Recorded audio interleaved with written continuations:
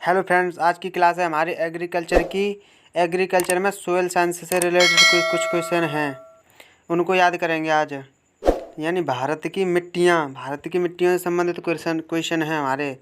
तो चलिए सीधा चलते हैं टॉपिक। तो पहला है, किसी देश की कृषि का मुख्य आधार क्या होता है? किसी देश की कृषि का मुख्य आधार क्या होता है? तो वो होता है उस देश की मिट्टी। क्या होता है? उस देश की मिट्टी। अगला है, भारत में कितने प्रकार की मिट्टी पाई जाती है? भारत में कितने प्रकार की मिट्टी पाई जाती है? तो वो है 8 प्रकार की मिट्टी। वो है 8 प्रकार की मिट्टी। तो चलिए, अगर भारत की सबसे महत्वपूर्ण मिट्टी कौन सी है? भारत की सबसे महत्वपूर्ण मिट्टी कौन सी है? वो है जलोढ़ मिट्टी। ये भारत की सबसे महत्वपूर्ण मिट्टी है, जलोढ़ मिट्टी।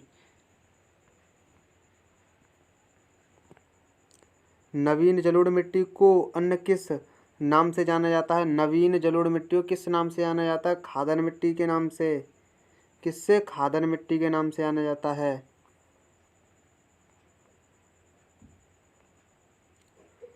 किस मिट्टी में पोटाश की मात्रा सबसे अधिक होती है? यानी किस मिट्टी में पोटाश की मात्रा सबसे अधिक होती है? तो वह जलोढ़ मिट्टी। जलोढ़ मिट्टी में पोटाश की मात्रा सबसे अधिक होती है। काली मिट्टी का दूसरा नाम क्या है? काली मिट्टी का दूसरा नाम क्या है? तो वो है रेगुर मिट्टी। काली मिट्टी का दूसरा नाम क्या है? रेगुर मिट्टी।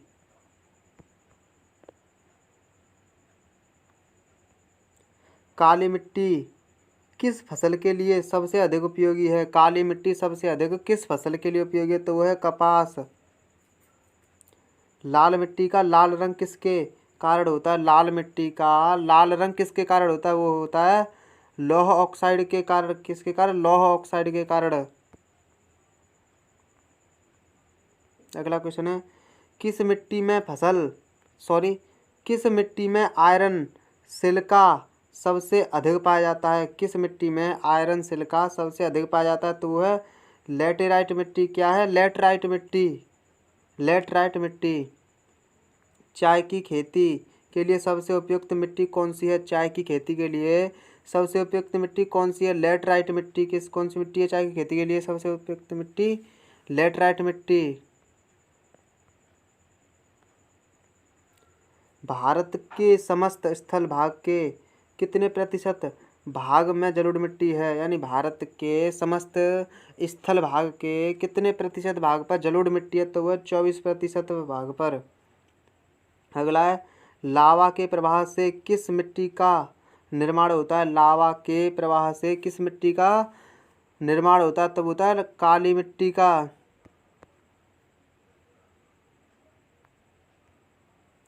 कौन सी मिट्टी जैव पदार्थ से भरपूर होती है? कौन सी मिट्टी जैव पदार्थ से भरपूर होती है? तो वो है काली मिट्टी। अगला है, किस मिट्टी का निर्माण बेसाल्ट चट्टानों के विखंडन से होता है? तो वो है काली मिट्टी का। क्या कौन सी मिट्टी है? काली मिट्टी का।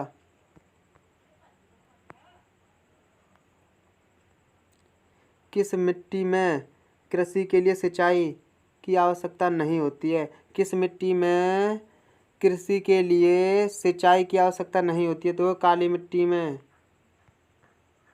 अगला है, भारत में लाल मिट्टी का विस्तार सबसे अधिक कहाँ है? भारत में लाल मिट्टी का विस्तार सबसे अधिक कहाँ है? वो है आंध्र प्रदेश व तमिलनाडु में। 2 राज्यों में, आंध्र प्रदेश और तमिलनाडु में। किस मिट्टी में लौह और एल्युमिनियम के कण पाए जाते हैं? किस मिट्टी में लोहे और एल्युमिनियम के कण पाए जाते हैं? लेटराइट मिट्टी में पाए जाते हैं वो। अगला है, धान की खेती के लिए कौन सी मिट्टी उपयुक्त होती है? तो वो है दोमट मिट्टी। धान की खेती के लिए उपयुक्त मिट्टी कौन सी है? तो वो है दोमट मिट्टी। यानी दोमट मिट्टी है ना, हर फसल के लिए उपयुक्त है ये। हर फसल के लिए सबसे अच्छी मानी जाती है दोमट मिट्टी। मृदा अपरदन को कैसे रोका जा सकता है? मृदा अपरदन को कैसे रोका जा सकता है? तो वो है वन रोपण द्वारा। अगला है,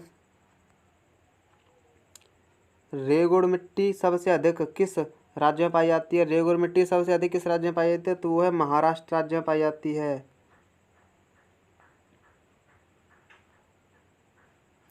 किस प्रकार की मिट्टी में जिप्सम का प्रयोग करके उसे उपजाऊ बनाया जा सकता है? किस प्रकार की मिट्टी में जिप्सम का प्रयोग करके उसे उपजाऊ बनाया जा सकता है? तो वो है अम्लीय मिट्टी को। किसको? अम्लीय मिट्टी को।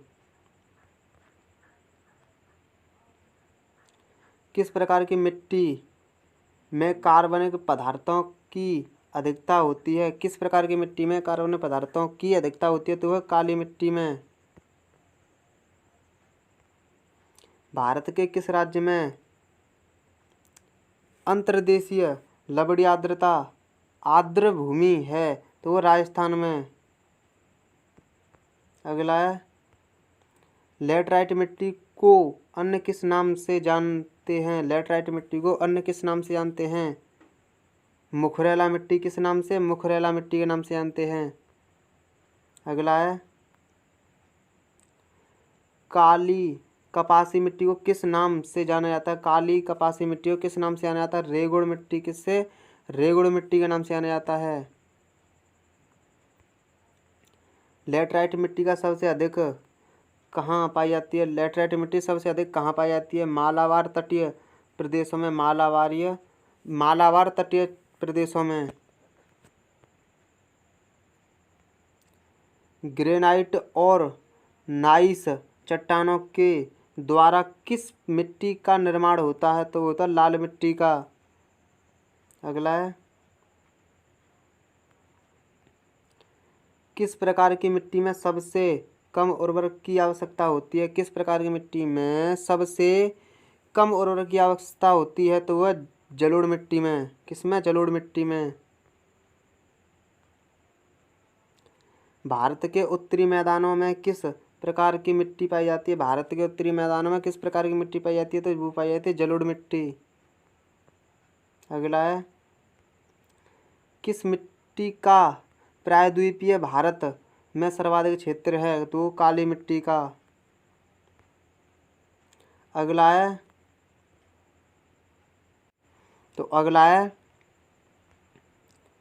पुरानी जलोढ़ मिट्टी को अन्य किस नाम से जाना जाता है? पुरानी जलोढ़ मिट्टी को किस नाम से जाना जाता है? तो वह बांगर मिट्टी।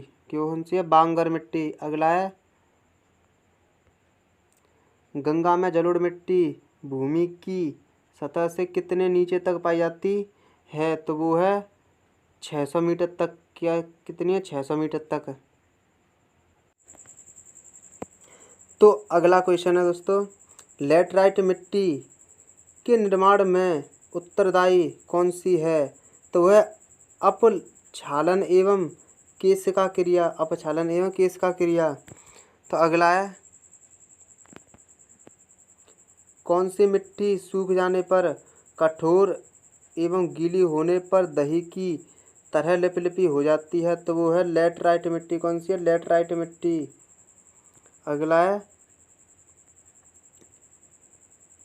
मिट्टी के अध्ययन को क्या कहा जाता है? मिट्टी के अध्ययन को क्या कहते हैं?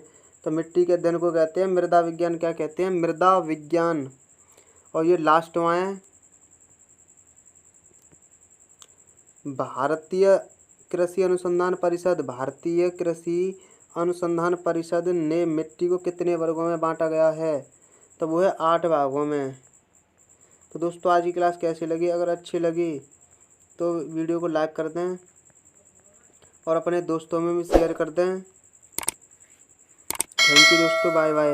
अब मिलते हैं अगली वीडियो में ऐसे इंटरेस्टिंग क्वेश्चनों के साथ में, जीके से रिलेटेड।